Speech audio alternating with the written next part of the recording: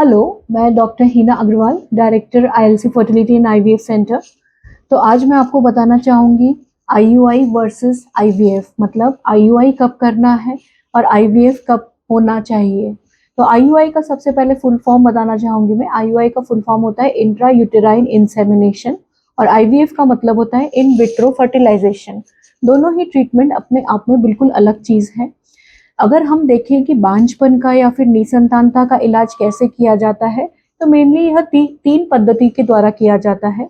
सबसे पहले अगर कोई कपल हमारे पास आता है, उसकी एज कम है और 1 साल तक प्रयास करने के बाद बच्चा नहीं हो रहा और रिपोर्ट्स लगभग सभी नॉर्मल हो, तो हम कुछ मेडिसिन स्टार्ट करते हैं और उनकी फॉलिकुलर स्टडी करते हैं, मतलब चेक करते हैं कि उनके शरीर में अंडे बराबर बन रहे हैं या नहीं।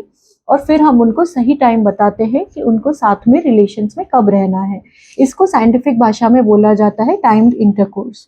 इसके बाद जो ट्रीटमेंट आता है, अगर टाइम्ड इंटरकोर्स से भी सफलता ना मिल रही हो, तो फिर हम आईयूआई या फिर इंट्रा यूटेराइन इंसेमिनेशन ट्राई कर सकते हैं। आईयूआई के लिए ये जरूरी है कि पेशेंट की दोनों तरफ की ट्यूबें खुली होनी चाहिए, एज 35 साल से कम होनी चाहिए और हस्बैंड की वीर्य की रिपोर्ट नॉर्मल होनी चाहिए या फिर कम से कम काउंट 10 मिलियन तो होना ही चाहिए। तो अगर ये सारी चीज़ें हैं तो हम आईयूआई कर सकते हैं।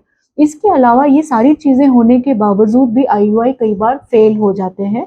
तो साइंस द्वारा ये बताया गया है कि सारी चीज़ें नॉर्मल होने के बाद भी अगर 3 आईयूआई फेल हो जाते हैं तो फिर हमको आईवीएफ पे शिफ्ट करना चाहिए। आईवीएफ जिसको सादी भाषा में टेस्ट ट्यूब बेबी भी बोलते हैं।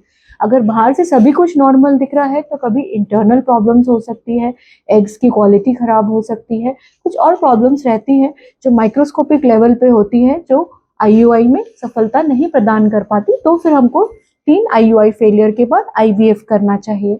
इसके बावजूद भी अगर दोनों ही तरफ की ट्यूब ब्लॉक्स हो तो फिर सीधे आईवीएफ ही करना चाहिए, क्योंकि फिर आईयूआई में सफलता नहीं मिलती है।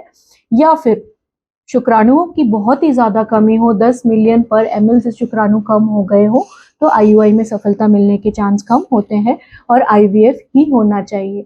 तो मुझे लगता है शॉर्ट एंड स्वीट में आप लोगों को जरूर समझ आया होगा कि आईयूआई कब होना चाहिए और आईवीएफ कब होना चाहिए। नमस्ते।